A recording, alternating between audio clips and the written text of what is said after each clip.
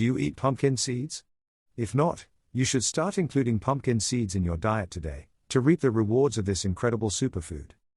Pumpkin seeds are rich in essential nutrients like magnesium, zinc, iron, and antioxidants. They're great for your heart health, promote healthy digestion, support bone strength, and boost your immune system, thanks to their high fiber and zinc content.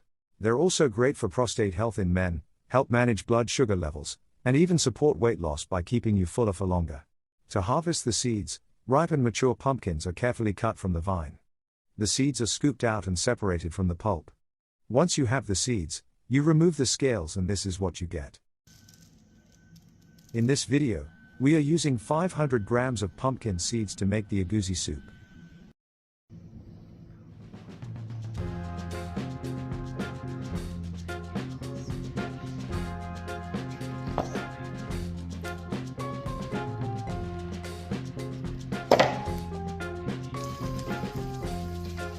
For these food items, it is important to first soak them in water for at least an hour before rinsing. This will help remove any harmful additives such as food coloring agents or preservatives.